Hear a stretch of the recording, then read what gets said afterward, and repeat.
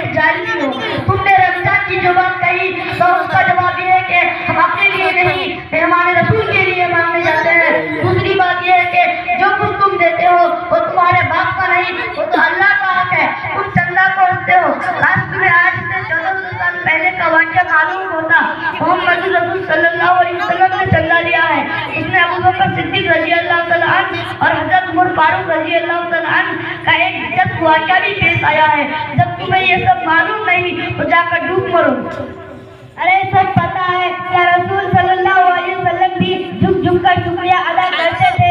بڑے چلے آئے ہیں تاریخ بتانے والے, ذرا دیکھیں آپ لوگ بھی ملا جی کو بڑے قابل بنتے ہیں. تم نے جھک جھک کر شکریہ ادا کرنے والی جو بات کہی تو وہ کسی درجہ میں حقیقت ہے کہ جاہل قسم کے مولویوں نے تم مالداروں پر شکریہ ادا کر کے دماغ خراب کر دیا ہے.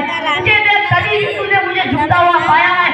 یاد رکھ, جو لوگ وہاں کے حامی میں دین ہوں گے وہ اخلاق ضرور پیش کریں گے مگر تیرے سامنے جھکیں گے نہیں. ارے کتنے ہیں دو چار, بھلا ان سے کیا ہوتا ہے؟ اعتبار تو اکثریت کا ہوتا ہے. تم جھوٹے ہو, اکثر ایسا نہیں کرتے ہیں اور نہ انشاءاللہ ایسا کریں گے.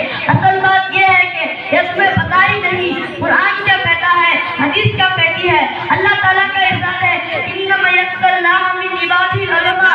دوسری جگہ فرمایا قل هل يستوي الذين يعلمون والذين لا يعلمون. تیسری جگہ فرمایا فاسألوا اهل الذکر ان کنتم لا تعلمون. آیت قرآن سے پیٹ بھر گیا ہوگا. اب ذرا حدیث پاک سے پانی پی لے.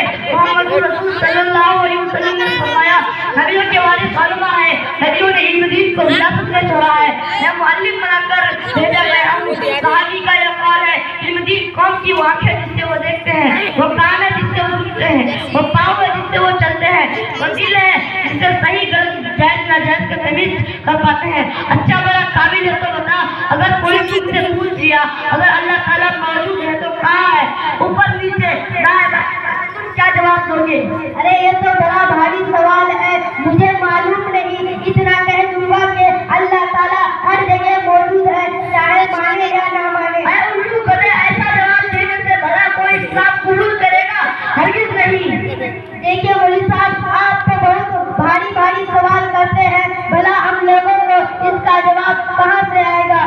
وہ کیا ہے مولانا, آپ ہی بتا دیں تو مہربانی ہوگی. اب آیا نا ان پہاڑ کے نیچے, اب تو سمجھ میں آ گیا ہم لوگ کو اس 2 پیسے کے کپڑے میں کتنا جانتے ہیں. سنو, جب بھی باقی سے ٹکانے کی ضرورت پڑی ہم بھی لوگ سفر کو مانگ کر میدان میں آئے. ذرا آزادی کی تاریخ یاد کرو. مولانا میرے سے غلطی ہو گئی, کہ آپ ہی لوگ دین کی حفاظت کرتے ہیں, ہم لوگ سب سے غلطی پر ہیں. دوسروں کے دیکھا دیکھی آپ لوگوں کو بٹیا اور دلیل دیتے ہیں. آپ میرے لیے دعا کیجیے گا کہ اللہ مجھے صحیح سمجھ عطا فرمائے اور علماء کو برا بھلا کہنے سے باز رکھے. اور مولانا ایک بات, میری دکان آپ کے لیے حاضر ہے, جب چاہے تشریف لائے. ضرور بھی ضرور. سنو, مسلمانوں کو گمراہی سے بچانے کے لیے علماء میدان میں آئے.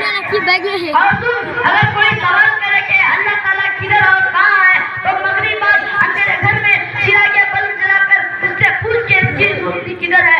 پورا بیا پچھم, اتنا طرف ہے دکھن, تو وہ کہے گا اس کی روشنی پورے گھر میں ہے. تو تم کہہ دو کہ خدا بھی ایک نور ایک روشنی ہے. اسی طرح ہر جگہ ہر طرف انشاءاللہ ضرور حاضری ہوگی. ہم سب اللہ سے مسلمانوں کو صحیح سمجھ حاصل کرنے کی دعا کریں.